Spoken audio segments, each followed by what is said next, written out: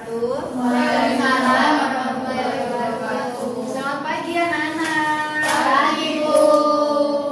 Oke, sebelum kita memulai pembelajaran, mari kita berdoa terlebih dahulu. Silakan ketua kelas dapat memimpin doa. Baik, Bu. Bersiap. Berdoa dengan sesuai keyakinan masing-masing. Berdoa mulai.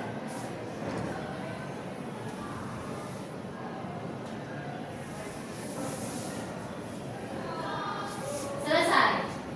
Oke, alhamdulillah ya. Gimana kabarnya hari ini semuanya? Baik, Bu. Aduh, kurang semangat. Gimana kabarnya hari ini? Semangat banget. Oke, tapi biar kalian lebih semangat, Ibu mau kita melakukan ice breaking dulu ya. Sistematikanya, kalau Ibu bilang tepuk satu, kalian tepuk tangan satu kali. Kalau Ibu bilang tepuk dua, kalian tepuk tangan dua kali.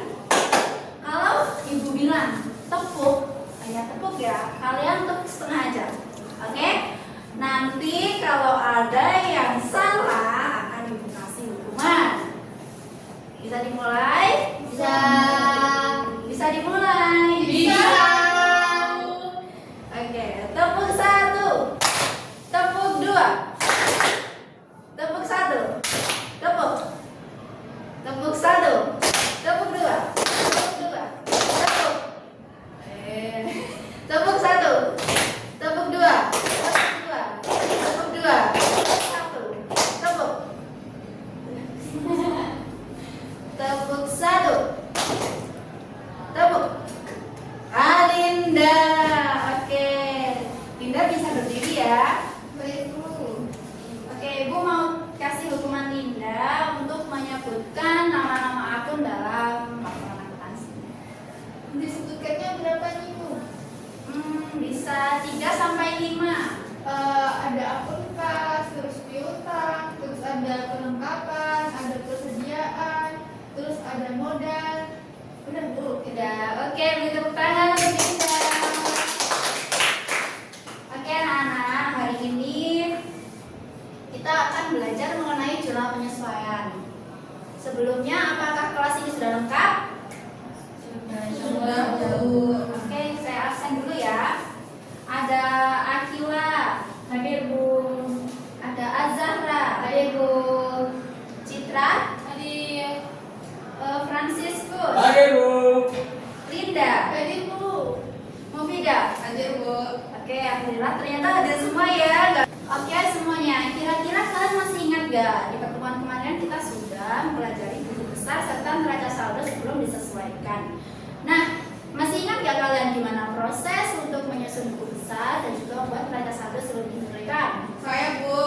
Oke, silakan Mufida. Jadi di buku besar ini kita membuat format bentuk T untuk setiap akun, lalu saldo akhir tiap akun di buku besar dipindahkan ke neraca saldo untuk memastikan jumlah debit kredit sama, Bu. Oke, tepat sekali Mufida. Tepuk tangan. Jadi Ibu ingin menyampaikan tujuan pembelajaran kita pada hari ini. Yang pertama adalah Ibu ingin kalian itu mampu untuk menjelaskan konsep dan juga tujuan dari penyusunan jurnal penyesuaian dalam siklus akuntansi berdasarkan materi yang akan Ibu terangkan hari ini. Yang kedua, Ibu juga ingin kalian setelah mempelajari ini mampu untuk mengidentifikasi akun-akun yang memerlukan penyesuaian pada akhir periode. Ibu mau tanya nih, kira-kira kenapa jurnal penyesuaian itu penting untuk kita pelajari? Ada yang bisa? Izin menjawab, Bu.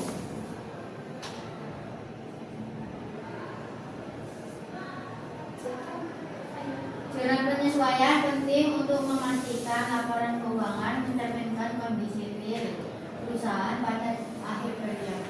Oke, benar sekali ya. Jadi jawabannya, jurnal penyesuaian itu penting untuk memastikan laporan keuangan itu mencerminkan kondisi real perusahaan di akhir periode. Kita ambil contoh yang kontekstual yang dekat dengan kita sehari-hari. Kalian di kelas pasti ada program membayar uang kas ya. Nah, semisal kalian membayar uang kas sebesar 10.000 untuk 2 minggu.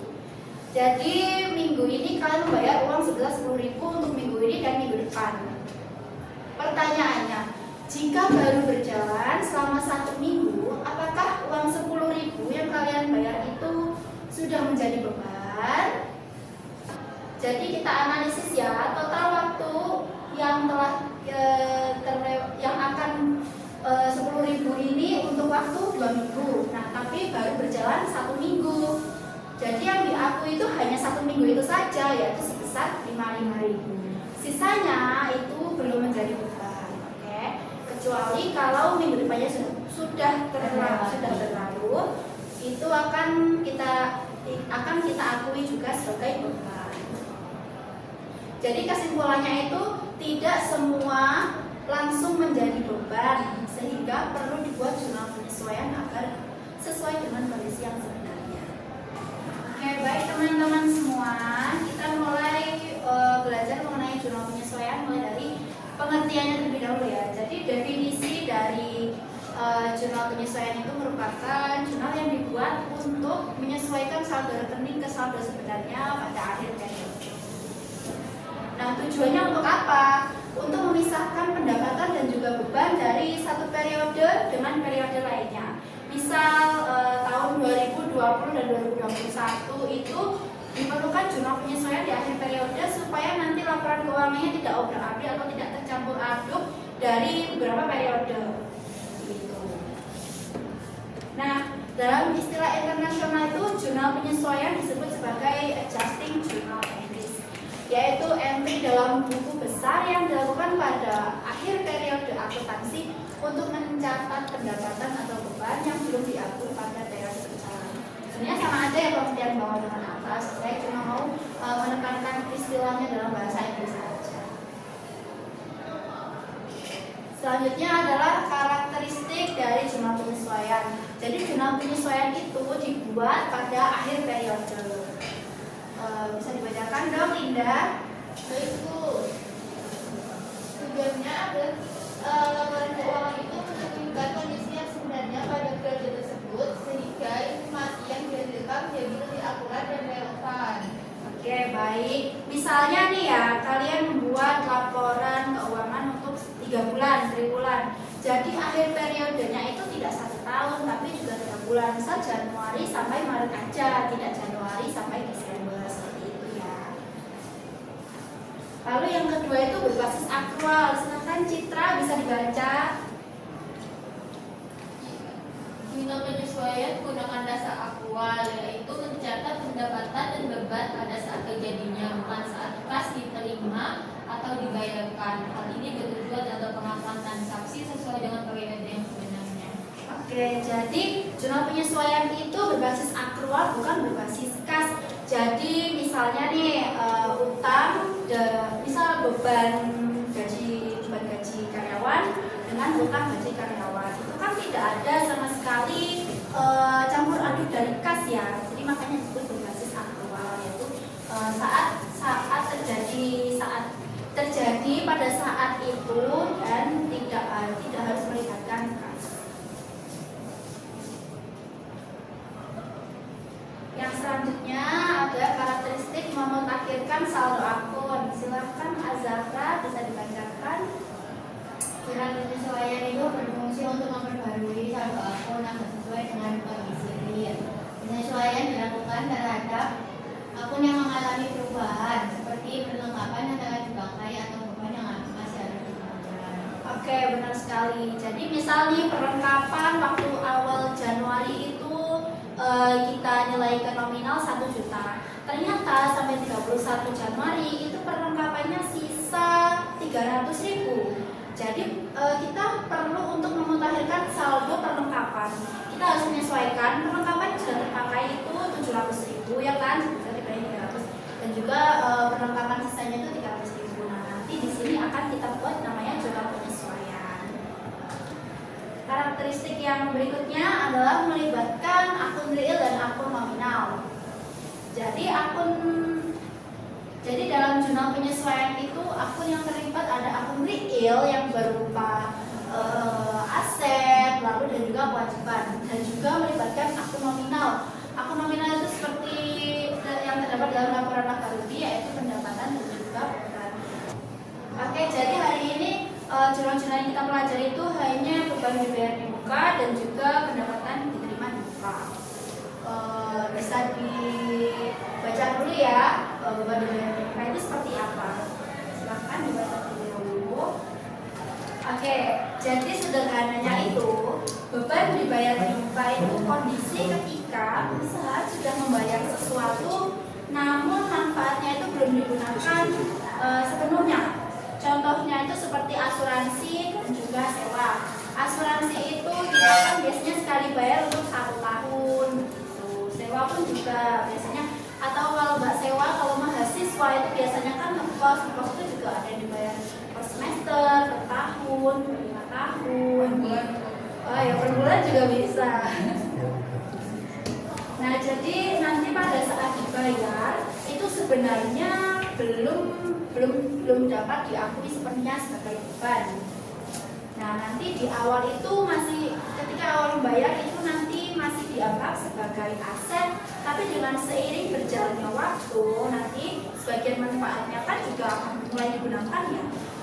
Oke, jadi dalam jurnal beban dibayar di muka ini tuh kita juga punya dua pendekatan pencatatan ya. Yang pertama ada pendekatan harta dan yang kedua ada pendekatan beban.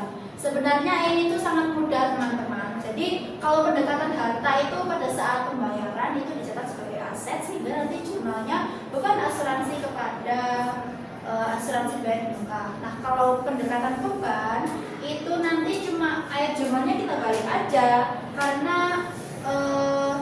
kenapa? Karena pada saat pembayaran itu nanti langsung dicatat sebagai beban bukan sebagai aset. Jadi tergantung nih kita mau saat bayar itu di awal kita mau mencatat dia sebagai aset atau kita mencatat dia sebagai beban. Nanti kita tinggal bolak-balik aja, tapi jangan sampai keliru ya. Oke, jadi contohnya tuh pada 1 Oktober perusahaan itu membayar premi asuransi 1 tahun sebesar 1.200.000. Penyesuaiannya itu per 31 Desember 2025. Oke. Nah, kalau pakai pendekatan harta itu asuransi dibayar saat awal itu kan kita mencatatnya langsung ya sebagai aset, oke? Sebagai aset. Oke. Nanti di aset di awal asuransi bayar di muka 1 juta dan juga kas sebesar 1.200.000. Nanti pada 30 Desember kita perlu menyesuaikan, kita perlu menghitung ulang. Kan ini 1 Oktober ya belinya. Jadi kita menghitung yang sudah terpakai itu selama 3 bulan. Jadi 1.500.000 itu kita bagi selama 12 bulan. 3 per 12 kita dengan 1.200.000 menghasilkan 300.000 yang perlu kita sesuaikan pada akhir periode.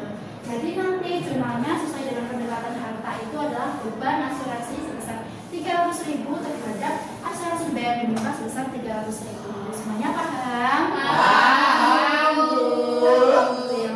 Alhamdulillah. Oke, selanjutnya kita masuk ke pendapatan diterima di muka. Bisa dibaca terlebih dahulu ya, dipahami juga. Sudah, teman-teman? Sudah, Bu. Oke, jadi sederhananya pendapatan diterima di muka adalah kondisi ketika perusahaan itu sudah menerima uang, tapi jasa atau barangnya itu belum diberikan. Contohnya tuh kita menerima, contohnya tuh sebaliknya seperti beban dibayar di muka. Jadi kita menerima uang sewa ataupun misal kita dari pihak asuransi, kita menerima uang pembayaran asuransi selama 1 tahun di awal. Nah, karena jasa dari kita kan belum kita berikan ya, tapi kita sudah mendapatkan uang di awal. Nanti uang itu tidak boleh kita akui sebagai pendapatan, oke? Sehingga pada awal pencatatannya itu kita harus mencatat sebagai kewajiban. Nanti seiring berjalannya waktu, jasa kan juga mulai diberikan. Nah, seiring dengan jasa diberikan itu pula, nanti pelan-pelan pendapatan itu juga akan kita akui. Gitu. Sama dengan beban dibayar di muka, pendapatan diterima di muka ini juga punya 2 pendekatan ya. Kalau tadi kan pendekatan hartas, kalau pendapatan terima ini ada pendekatan kewajiban dan juga pendekatan pendapatan. Kalau pendekatan kewajiban, kita itu saat kas diterima itu kita catat sebagai hutang, sebagai kewajiban. Sehingga ayat jurnalnya pendapatan diterima dibuka pada pendapatan sewa. Nah, kalau pendekatan pendapatan itu saat kas kita terima itu langsung kita catat sebagai pendapatan. Nanti sama ya, kita cuma bolak-balik ayat jurnalnya aja. Jadi intinya itu pendapatan diterima dibuka itu memindahkan bagian yang sudah menjadi hak dan juga kewajiban menjadi pendapatan. Seperti itu ya semuanya. Iya Bu. Baik anak-anak semuanya, sekarang kita akan melakukan diskusi kelompok kecil ya. Jadi Ibu sudah menyiapkan sebuah kasus dari usaha ceker mercon Nana yang mengalami kesalahan pencatatan nih. Nah, jadi tujuan dari studi kasus ini supaya kalian itu mampu mengidentifikasi perbedaan karakteristik beban dibayar di muka dan pendapatan terima di muka. Selain itu juga Ibu berharap kalian setelah mengerjakan studi kasus ini mampu menganalisis dampak kesalahan pencatatan terhadap keakuratan laporan laba rugi, serta kalian juga diharapkan mampu menghitung dan menyusun jurnal penyesuaian yang tepat menggunakan transaksi yang akan kita sediakan di studi kasus kali ini. Oke, petunjuk pengerjaannya bisa kalian baca sendiri. Lalu deskripsi kasusnya itu bisa kalian baca ya. Jadi usaha ceker mercon ini menyiapkan laporan per 31 Desember 2025. Jadi laporannya per 1 tahun. Oke, ini adalah kesalahan-kesalahan pencatatan di usaha ceker mercon Nana yang akan kalian identifikasi. Oke, ada instruksi kelompoknya nih. Jadi nanti kelompok 1 itu kalian tugasnya beda-beda ya tiap kelompok. Kelompok 1 kalian menjelaskan perbedaan antara beban dibayar di muka dan pendapatan diterima di muka. Kalian juga harus menganalisis kasus ya mengapa pencatatan pemilik Nana di atas itu dianggap salah menurut prinsip akuntansi. Lalu untuk kelompok 2 kalian ditugaskan untuk menghitung berapa bulan sewa dan asuransi yang benar-benar sudah menjadi beban hingga 31 Desember. Nah, kalau kelompok 3 itu menganalisis apakah catering yang sebesar 3 juta deskripsi kasus tadi itu apakah sudah boleh diakui sebagai pendapatan di tahun 2025 dan mengapa. Ini pun output yang Ibu harapkan kalian dapat mengumpulkan dan mengerjakan dengan sebaik mungkin. Oke. Jadi untuk kelompoknya mungkin bisa ke belakang ya. Tinggal Citra, Freshman Vida, Azhar dengan Akila. Oke, silakan kalian berdiskusi ya teman-teman. Sekarang Bu. Iya, sekarang.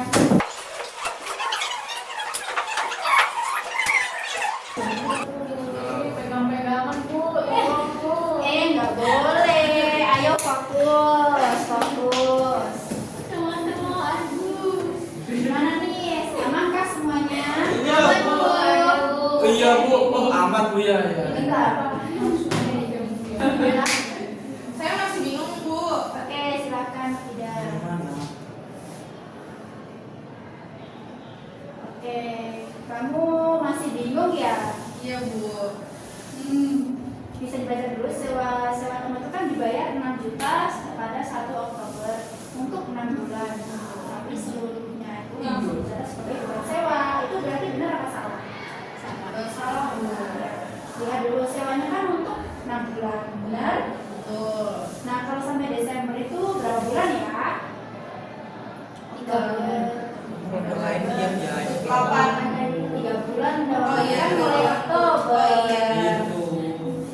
Berarti seharusnya yang diakui sebagai bulan sewa yaitu untuk berapa bulan? 3 bulan Bu. Oke, berarti nanti tinggal kamu hitung ya 6 juta itu gimana biar bisa untuk 3 bulan. Oke, Oke Bu. Makasih ya Bu. sama-sama. Jadi kelompok 1 diam-diam baik. ini lagi ngajain guys musik. Oke, ada yang masih bingung atau gimana? Kita kan tadi diam doang. Gimana sih kelompok satu? Ya ini kan lagi ngajain. Di belakang aku nggak ngajain. Ya,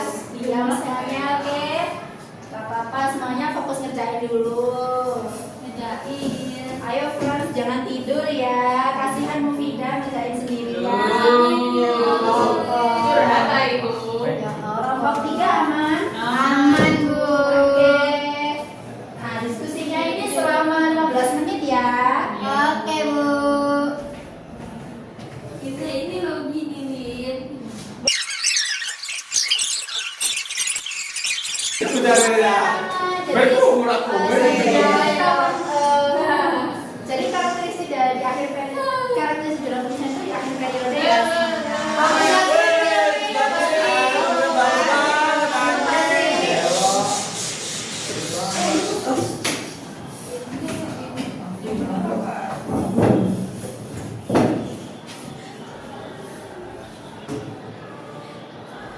Sudah? Oke, kita lanjut ya. Iya, Bu. Jadi karakteristik jurnal penyelesaian yang pertama itu adalah dibuat pada akhir periode. Oke, kalian perhatikan di depan ya. Ibu ingin ada yang bisa memasangkan akun-akun dalam jurnal penyesuaian berikut ini. Ayo, siapa yang bisa? Saya Bu. Oke, Fran, silahkan. Kalau bulan perlengkapan itu pasangannya sama perlengkapan dulu. Apakah betul Bu? Kita lihat ya, Iya. benar apa enggak? Oke, benar sekali. Oke, selanjutnya masih mau Frans atau mau yang lain? Saya lagi Bu. Oke, silahkan. Terus yang kedua ini ada sewa dibanding muka berpasangan dengan beban sewa Bu. Oke, Apa kita benar? lihat. Oh, benar. Berarti yang terakhir ini sudah pasti jodoh ya? Iya. Berarti pendapatan sewa kepada Pendapatan diterima di muka. Bagus sekali. Tepuk tangan semuanya untuk Frans. Oke, jawaban Frans tadi sekaligus menjadi penutup pembelajaran kita pada hari ini. Kira-kira ada nggak yang bisa menyimpulkan pembelajaran kita hari ini tuh apa aja sih? Saya, Bu. Oke, silahkan Akila. Jadi hari ini tuh kita belajar tentang arti jurnal penyesuaian dan mengapa jurnal penyesuaian itu penting dalam menyusun laporan keuangan. Nah, selain itu tuh hari ini kita juga belajar beberapa jenis jurnal penyesuaian, yaitu ada beban biaya di muka, pendapatan diterima di muka, serta perlengkapan yang terpakai. Oke, bagus sekali. Terima kasih ya Akila. Sebagai penutup, Ibu juga akan memberikan kalian tugas individu yang akan kalian kerjakan pekerjaan. Tugas lagi. Oke, mungkin bisa kalian foto atau minta di share aja nanti di grup. Bisa, saya Bu. Share aja, Bu. Oke, di share aja. Tolong diingetin lagi ya saya. Iya, Bu. Nggak lupa. Aduh. Oke, ini dikerjakan di buku masing-masing ya. Terus dikumpulkan di pertemuan kita yang ke depan. Baik, Bu. Baik, karena tidak ada yang ingin ditanyakan lagi, mungkin pembelajaran kita sudah sampai di sini saja. Oh ya, jangan lupa minggu depan pertemuan berikutnya kita akan melanjutkan mempelajari jurnal penyesuaian, penyusutan aset tetap dan juga perlengkapan terpakai. Oke, harap semuanya bisa belajar di rumah terlebih dahulu, mencari dari sumber-sumber informasi yang ada. Lalu nanti di kelas kita tinggal membahas ulang. Oke, Ibu. Oke, terima kasih ya semuanya sudah hadir, sudah aktif hari ini, sudah mau mendengarkan Ibu Guru menjelaskan. Terus jangan lupa juga PR-nya dikerjakan untuk semangat dan jangan lupa ya dikumpulkan di pertemuan berikutnya. Oke, saya akhiri hari ini. Wassalamualaikum warahmatullahi wabarakatuh. Waalaikumsalam warahmatullahi wabarakatuh.